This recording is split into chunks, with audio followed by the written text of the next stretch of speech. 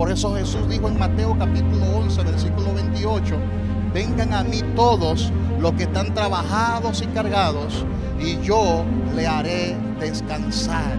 El verdadero reposo se llama Jesús. En el antiguo pacto, el reposo era un día, el sábado, el Shabbat. Pero en esta dispensación, en este nuevo pacto, el reposo no es un día. El reposo es una persona y se llama Cristo Jesús. Así que díganle al que está a su lado: Cristo Jesús es la paz. Cristo Jesús es el reposo. Cristo Jesús es tu sustentador. Mateo capítulo 5, versículo 21 hasta el 24. Y cuando usted lo tenga, pues lo confirma con un amén. Bendecimos a las personas que nos dan seguimiento a través de las redes sociales. Son muy bendecidos en el Señor. Bendecimos al país de Argentina, bendecimos a Panamá, bendecimos Costa Rica, bendecimos Venezuela, bendecimos Estados Unidos, bendecimos Ecuador, bendecimos Colombia, bendecimos Europa, específicamente España, Francia, amén. Y bendecimos todas esas personas que le dan seguimiento a nuestras enseñanzas y declaramos sobre ellos bendiciones en abundancia. Mateo capítulo 5, versículo 21 al 24. La palabra de Dios la leemos en el nombre de Dios el Padre, Dios el Hijo y Dios Espíritu Santo. Oísteis que fue dicho a los antiguos: no matarás, y cualquiera que matare será culpable de juicio.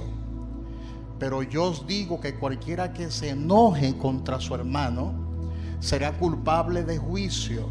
Y cualquiera que diga necio a su hermano será culpable ante el concilio. Y cualquiera que le diga fatuo quedará expuesto al infierno de fuego.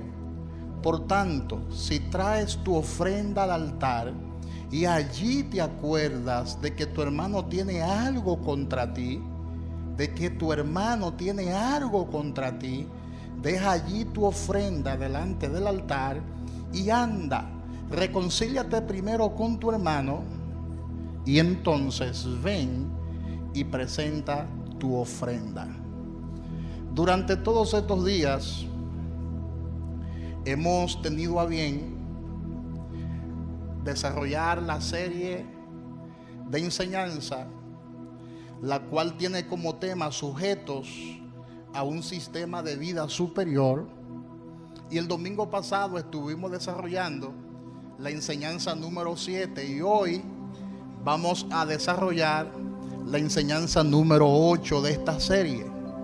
Y el domingo pasado específicamente estuvimos hablando acerca de el problema de las letras de la ley.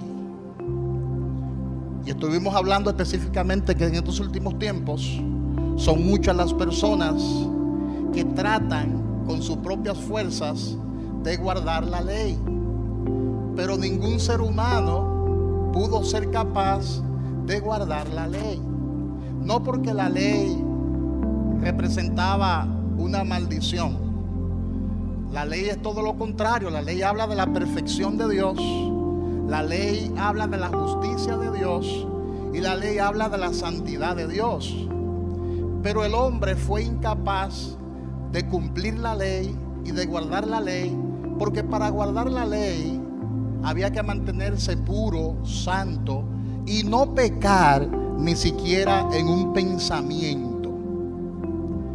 Y al hombre le fue imposible guardar la ley. Por eso decíamos que la ley representaba un espejo que te mostraba en la condición en la que tú estabas, no mostraba en la condición en la que nosotros estábamos, pero no resolvía el problema del pecado. Simplemente lo señalaba, simplemente lo mostraba, y todo eso lo estuvimos explicando en enseñanzas anteriores. También estuvimos explicando que cuando hablamos de la ley, no nos estamos circunscribiendo a los 10 mandamientos que recibió Moisés en el monte Sinaí, sino que nos estamos refiriendo a todas las leyes que se encontraban en la Torá. Cuando hablamos de la Torá, estamos hablando de los 5 libros que escribió Moisés, que se conoce teológicamente como el Pentateuco. De manera que los 10 mandamientos formaban parte de la ley, pero habían otras leyes. Estaban las leyes ceremoniales, estaban las leyes de salud, las leyes higiénicas, y estaban un sinnúmero de leyes que fueron impuestas al pueblo de Israel. Y todo eso lo estuvimos viendo en la enseñanza pasada. También estuvimos hablando sobre Hebreos capítulo 4, versículo 4, donde Dios dice que reposó de todas sus obras el séptimo día. Y más adelante dice Hebreos capítulo 4, versículo 8 y 9, que si la ley que fue dada a Moisés hubiera dado reposo a Israel, no hubiera hablado Dios de otro reposo, y que por tanto quedaba un reposo para el pueblo de Dios. Y ese reposo, lo estuvimos explicando en la enseñanza pasada, se llama Jesucristo. Diga conmigo: Cristo Jesús es nuestro verdadero reposo. La tierra prometida, la tierra de Canaán, no era el reposo del pueblo de Israel. Amén. No fue el reposo para el pueblo de Dios. Por eso Dios tuvo que hablar de otro pacto. Por eso Dios tuvo que referirse a otro reposo, al reposo de la fe, al reposo que solamente se encuentra en Cristo Jesús. Por eso Jesús dijo en Mateo capítulo 11, versículo 28: vengan a mí todos los que están trabajados y cargados, y yo le haré descansar. Y yo le haré descansar. El verdadero reposo se llama Jesús. En el antiguo pacto, el reposo era un día, el sábado, el Shabbat. Pero en esta dispensación, en este nuevo pacto, el reposo no es un día. El reposo es una persona y se llama Cristo Jesús. Así que díganle al que está a su lado: Cristo Jesús es la paz. Cristo Jesús es el reposo. Cristo Jesús es tu sustentador. Amén. Y yo necesito que abra sus oídos espirituales para lo que le voy a explicar en el día de hoy. Es algo sencillo, pero es sumamente poderoso. Amén. Bendito sea el Señor. Gloria a Dios. Fije bien sus ojos en lo que la palabra dice en Mateo capítulo 5, su versículo 21 hasta el 24, que fue el texto que leímos, porque yo quiero hablarle en parte en el día de hoy acerca de lo que es la comunicación espiritual. No hay mejor comunicación que la espiritual. Dígale al que está a su lado: no hay mejor comunicación que el espiritual. Y esto lo supe como consejero matrimonial. Tú sabes que los pastores, aparte de que enseñan la palabra, aparte de que predican la palabra, también tenemos consejería matrimoniales, consejerías, ¿verdad?, en el ámbito espiritual. Y hemos descubierto desde hace mucho tiempo que no hay mejor comunicación que la comunicación espiritual.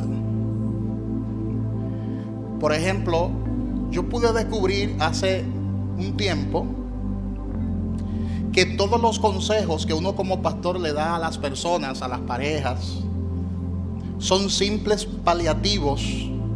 O sea, es como si fuera cuando usted le da a una persona una aspirina o un medicamento que lo que hace es que te calma superficialmente, pero no va a la raíz del problema.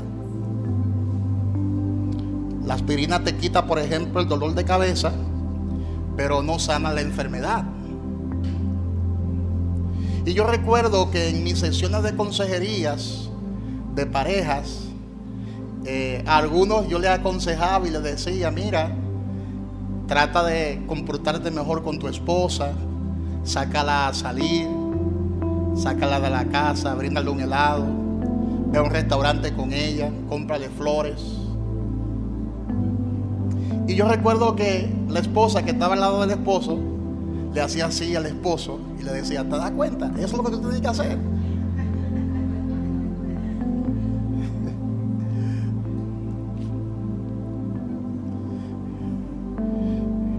Y le hablaba acerca de esos detalles que uno como hombre debe tener con la esposa. Amén. Le decía a los esposos: tú tienes que ser amable con ella, tú tienes que ser un caballero. Amén. Tú tienes que halagar a tu esposa, tratarla bien como vaso frágil. Y la esposa decía: ay, santo, gloria a Dios, pastor, enséñale, pastor, eso por la palabra. Pero ¿qué pasaba? Que cuando la pareja volvían de nuevo a la segunda sección de consejería, gloria a Dios, la situación seguía igual. Los problemas seguían igual. Porque esos detalles se hacían en los días en que se le daba la consejería, pero luego esos detalles se perdían en el tiempo y las parejas volvían a su estado de crisis matrimonial. Hasta que un día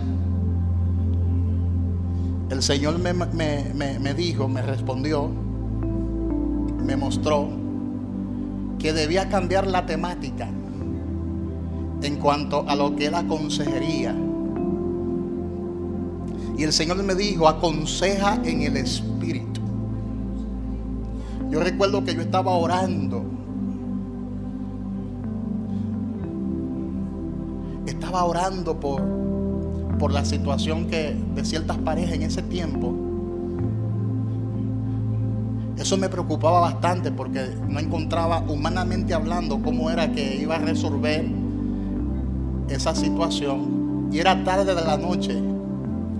Y el Señor me habló mientras yo oraba y me decía: hijo, aconseja en el Espíritu. Y me enseñó en ese momento el poder espiritual que tiene la oración. Y me mostró a través de su palabra que la oración significa comunión. Dígale al que está a su lado: la oración significa comunión. Por eso cuando 2 o 3 se ponen de acuerdo para pedir algo, ahí en medio de ello está Dios. La oración une a la persona con Dios y con quien esa persona también está orando. Como tú estás en comunión con Él, también la persona está en comunión con Él. Y ahí yo pude descubrir algo poderoso, y es la oración de mutuo acuerdo. Hay cosas que no lo va a resolver un detalle, que no lo va a resolver una cena en un restaurante. Hay desacuerdos en la pareja que no se van a resolver con flores, porque es un asunto espiritual.